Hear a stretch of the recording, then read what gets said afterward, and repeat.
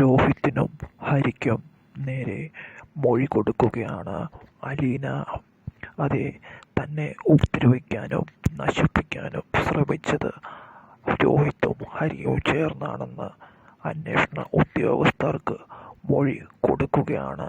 അങ്ങനെ പേടികൂടാതെ അലീന മനുവിനോട് ആ സത്യങ്ങൾ തുറന്നു പറയുന്നു.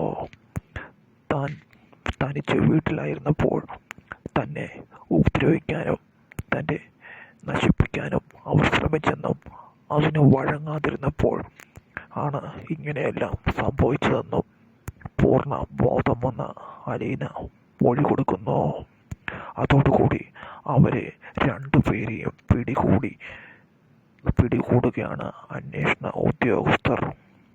മനുവിനെ അവരുടെ കയ്യിൽ കിട്ടുമ്പോൾ തല്ലി ചതയ്ക്കുന്നു.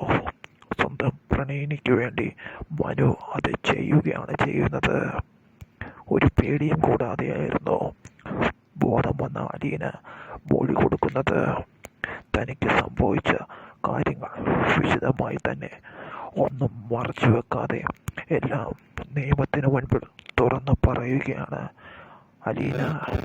ചോദ്യം ചെയ്യാൻ വരുമ്പോഴും മൊഴിയെടുക്കാൻ വരുമ്പോഴും ആയിരുന്നു അലീനയുടെ ഈ മറുപടി. ഒട്ടും പ്രതീക്ഷിക്കാതെ അവരെ സംരക്ഷിക്കാതെ അലീന തന്നെ